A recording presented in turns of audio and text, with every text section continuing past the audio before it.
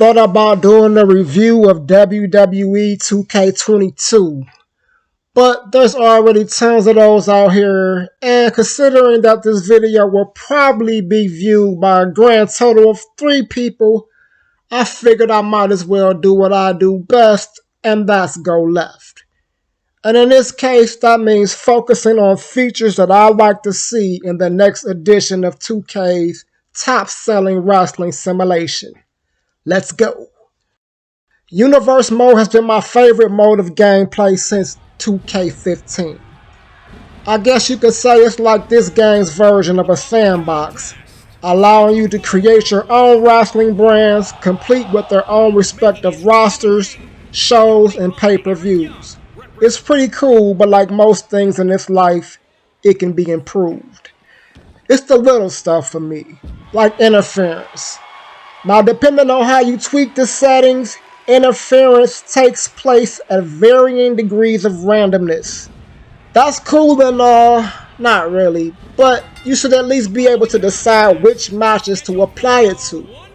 For instance, in Universe mode, if you have a 6-match card, you may only be able to add interference to 2 or 3 of them.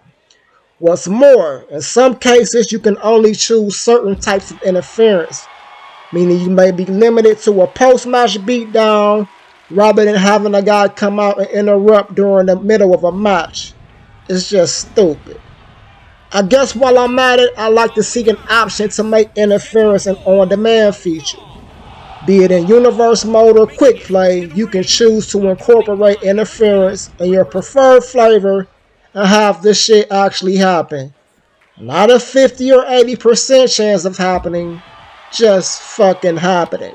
2K22 is an awesome game, but not all aspects improve what existed in previous editions. My beloved Universe mode is a prime example.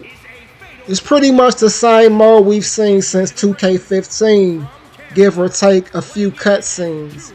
And in my humble opinion, tweaking that very aspect can make a world of difference. Even if it's just swapping out some of those recycled cutscenes for a couple of new ones we haven't seen, I'll be happy with that.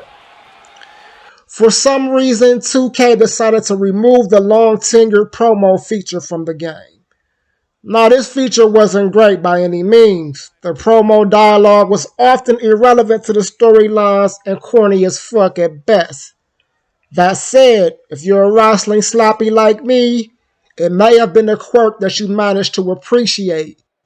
The charm to promos is all in adding that realistic feel to the simulated wrestling environment WWE 2K provides. I personally scripted my own promos for the fantasy series I upload to the channel. Just feel like it helps flesh out the storylines and adds to the overall fun. So while it's not the biggest deal, it's something I'd like to see make a comeback.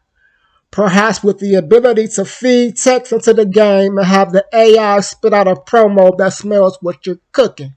You feel me? One of the most exciting aspects of 2K that continually gets better is the reversal system. Especially when you factor in modern day wrestling, where the best matches typically see guys continually countering signatures and finishers. Coupled with the near falls, wrongly called false finishes by fanboys, it makes for some really exciting matches. The reversal system here is great, but I'd love to see some enhancements.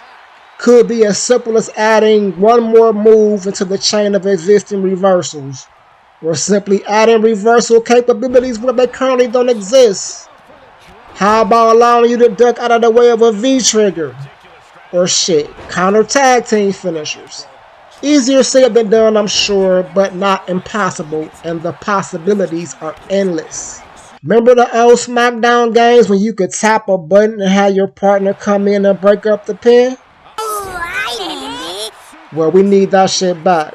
Serious. Don't get me wrong, the AI between 2K20 and 22 has improved tremendously on this tip, but like I said, it could be better.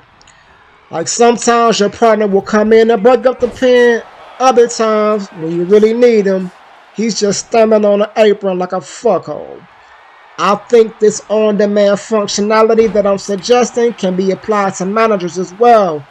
And at one point I think it was, maybe in the SmackDown vs. Raw days. Anyway, it would be cool if you could have a little more control of how your second gets involved, starting with being able to decide exactly when he or she does so. I don't think that's too much to fucking ask. Of course, I would think of more list-worthy items as I'm doing this, but I'm tired of writing out this shit, so I'll close with an honorable mention. Now, this is something that highlights how entitled and spoiled we've become as gamers. I've probably downloaded about 60 cows up to this point, and right now it seems like more than enough space. But once I eclipse the allotted 100 slot capacity, I'll get all butthurt about how I can't download rosters who would make such great additions to my fantasy roster. Poor little me. Fire Pro Wrestling gives you 300 slots to work with. Obviously, that's easier for a game with simpler graphics and resources. However, I think 2K fans would be a little more satisfied if those 100 slots were exclusively allotted for created characters. I may be wrong, but I believe those slots are divided between your cows, arenas, titles, and other custom items you can download. Attires included. At the very least, it would be nice if attires didn't eat up your slot space. Again, easier said than done for developers, but not impossible. There you have it. A few details that aren't exactly make or break, but could make the next WWE 2K game much more enjoyable. What features would you like to see added? Speak. Peace.